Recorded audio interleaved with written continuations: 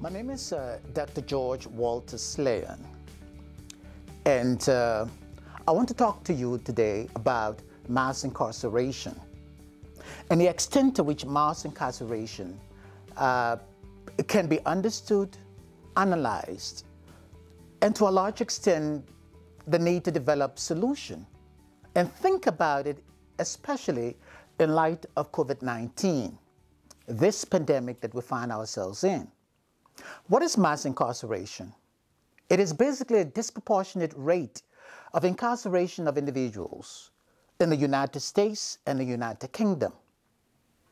The topic for this discussion is mass incarceration, an international phenomenon in the US and the UK.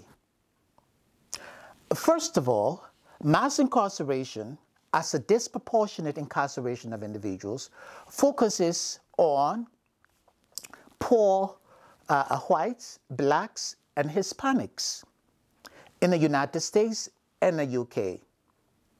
In the UK, it's called Black Asian minority ethnic groups. In the United States, it is Asian, blacks, whites, poor whites, and Hispanics.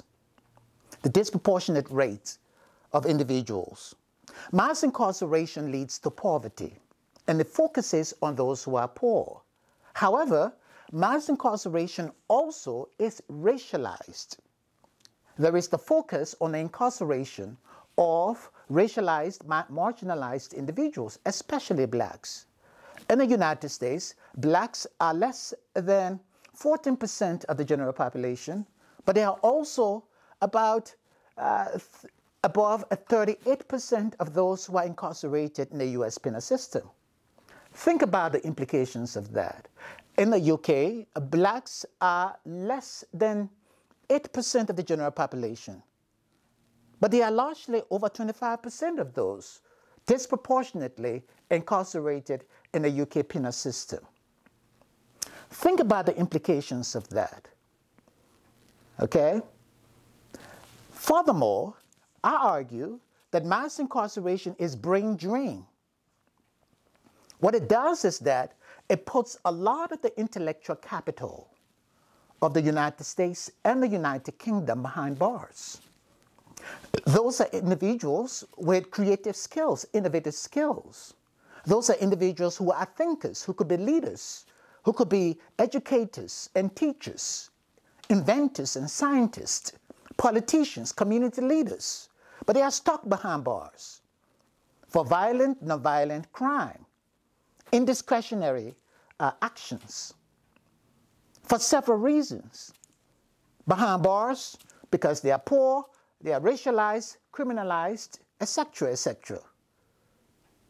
But it's the intellectual capital of the nation.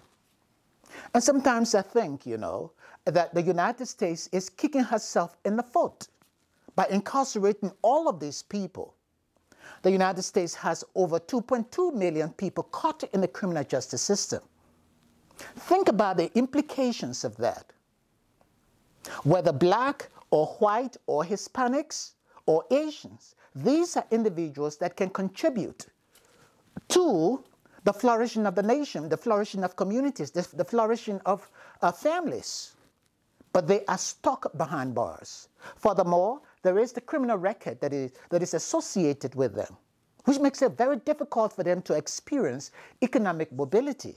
They are stuck in one place. They find it difficult to get housing. They find it difficult to even go back to school. How do we think about mass incarceration?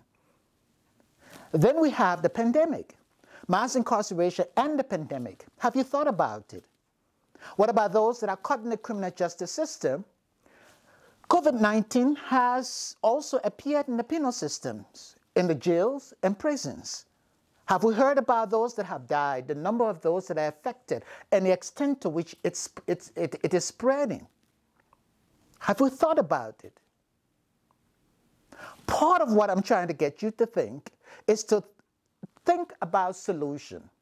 Is mass incarceration as an international phenomenon in the United States and the UK the best solution to criminal justice reform, the best solution to punishment? How can we provide alternatives to deal with the high rate of incarceration of individuals, which basically affects the nation, the intellectual capital, the intellectual stability of the nation.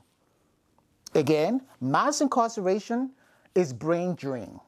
It's an intellectual drain on the nation because it incarcerates the intellectual capital of the nation. Mass incarceration is racial. Mass incarceration emphasizes or capitalizes on those who are poor. And that's the problem.